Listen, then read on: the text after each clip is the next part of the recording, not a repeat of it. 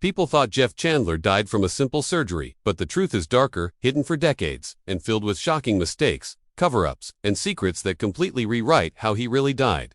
The Jeff Chandler mystery is finally solved, and the truth is not good. For decades, Jeff Chandler has been remembered as the silver-haired, deep-voiced actor who played Cochise in Broken Arrow and starred in many westerns and war films in the 1950s. His death at age 42 in 1961 has always been explained as a tragic but simple medical problem, just a routine back surgery that went wrong. But this clean, safe story hides a much darker reality, one that Universal Pictures and powerful Hollywood insiders worked hard to keep away from the public. Today, we are revealing the troubling truth behind Jeff Chandler's early death. A story filled with medical mistakes, studio pressure, personal secrets, and cover-ups that completely changed the way we understand the final part of his life. What you are about to learn is not just a small correction to history. It is a full transformation of a death that never should have happened, and the dark forces that work together to hide the truth. Jeff Chandler's real final days show not just a medical tragedy, but a shocking example of how Hollywood used its stars until they were broken, then quietly hid the damage.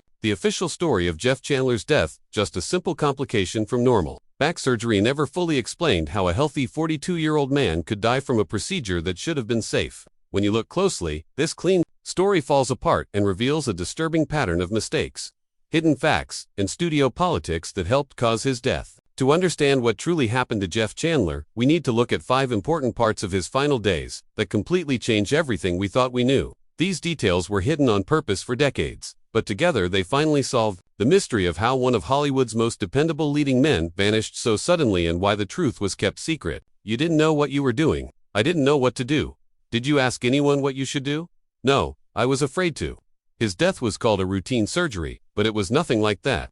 In early 1961, Jeff Chandler was at a turning point in his career. At 42, the silver-haired actor had built a strong reputation as one of Hollywood's most dependable leading men, especially in westerns and war movies. His tall 6 feet, 4 inches height and deep voice made him perfect for strong, commanding roles. He was never quite as famous as Gregory Peck or Burt Lancaster, but he was a solid box office star for Universal Pictures, appearing in many successful films. What the public did not know was that years of physical roles had damaged Chandler's body, especially his back. He had suffered from long-term pain caused by a herniated disc, likely the result of stunts, action scenes, and intense filming schedules demanded by studios at the time. By spring 1961, the pain had become so bad that surgery was necessary.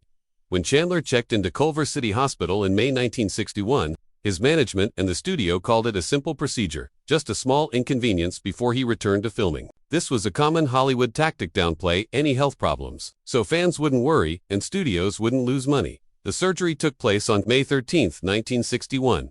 What happened afterward completely destroyed the idea that this was routine. Within hours, Chandler began suffering from severe internal bleeding. The hemorrhage was so serious it sent him into shock.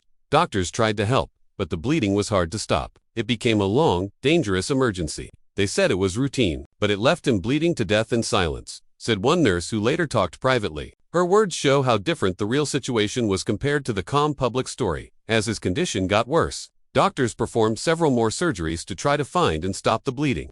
These additional operations put enormous stress on his body and caused more problems, including infections and blood clots. The true cause of the bleeding was not told to the public at the time, but the autopsy later revealed a shocking truth. During the first surgery, the doctor had accidentally cut a major artery. This mistake, not random bad luck, directly caused the crisis. This changes the entire story from a sad accident to a preventable medical mistake. For nearly 3 weeks, Chandler fought for his life. He received many blood transfusions and went through more surgeries.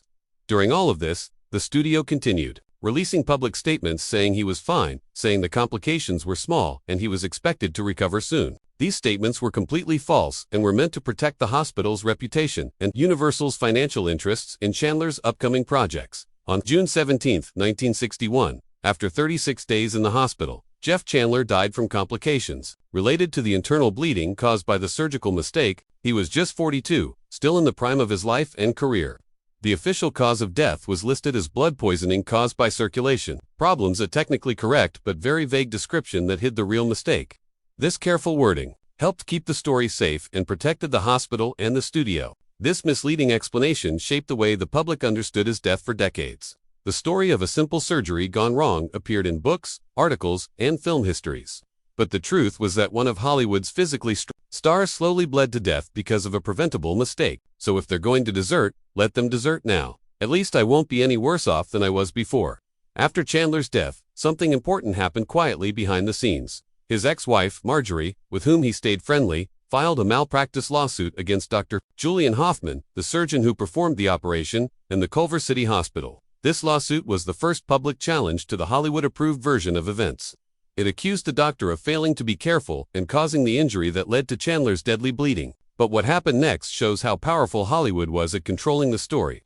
Even though the case involved a famous star, the lawsuit got almost no media attention. Big entertainment magazines either ignored it or mentioned it only briefly. This silence was not accidental. Universal Pictures pushed hard behind the scenes to make sure the story did not become big news. They used their money, influence, and connections to pressure newspapers and magazines. To stay quiet, the lawsuit was settled out of court in late 1962. The terms were sealed, which means no one could publicly see how much money was paid or what the doctor admitted. This protected everyone involved and kept damaging information hidden. Rumors said the settlement was very large for that era, suggesting the doctor's mistake was serious. But because everything was sealed, the truth stayed buried. This quiet settlement helped Universal keep Chandler's films profitable and avoid a scandal. It also stopped the case from setting a legal example that might have encouraged more people to investigate medical care given to Hollywood stars. By keeping the lawsuit quiet, Hollywood protected itself. Because of this, most biographies of Jeff Chandler barely mention the lawsuit, or skip it entirely. This selective forgetting the way Hollywood chooses which facts survives shows how powerful studios once were in shaping public history. They never learn. You can't do it alone. You have to have the people with you. Even beyond the surgical mistake, other hospital failures may have contributed to Chandler's death. These failures have been discussed even less than the malpractice. They turned a possibly survivable injury into a fatal chain reaction. According to people familiar with Chandler's treatment, including 2 nurses from Culver City Hospital, his initial bleeding should have been survivable with proper emergency response. The key to saving someone with arterial bleeding is immediate access to blood transfusions and a trained team ready to act. But those resources were reportedly delayed during the most critical early hours.